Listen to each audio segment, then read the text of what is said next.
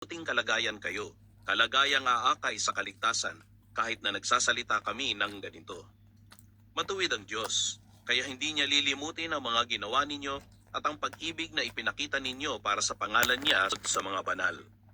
Pero gusto namin na ang bawat isa sa inyo ay magpakita ng gayon ding kasipagan na ng mga pangako sa pamamagitan ng pananampalataya at pagtitiis.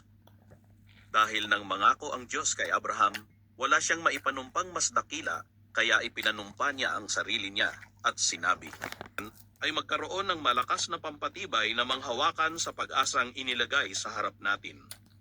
Ang pag-asa nating ito ay nagsisilbing angkla ng buhay natin.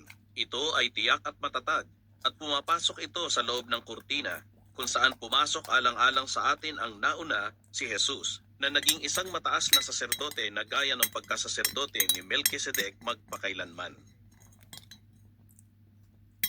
Kabanata 7.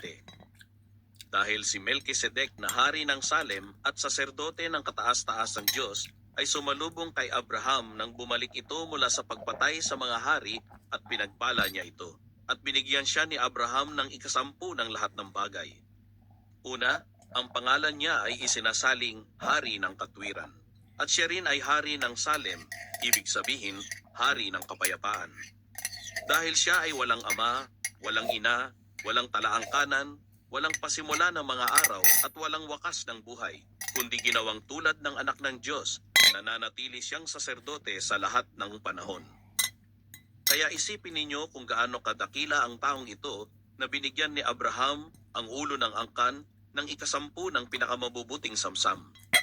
Totoo, ayon sa kautusan, ang mga anak na lalaki ni Levi na inatasang maging mga saserdote ay dapat mangolekta ng 10 mula sa bayan, mula sa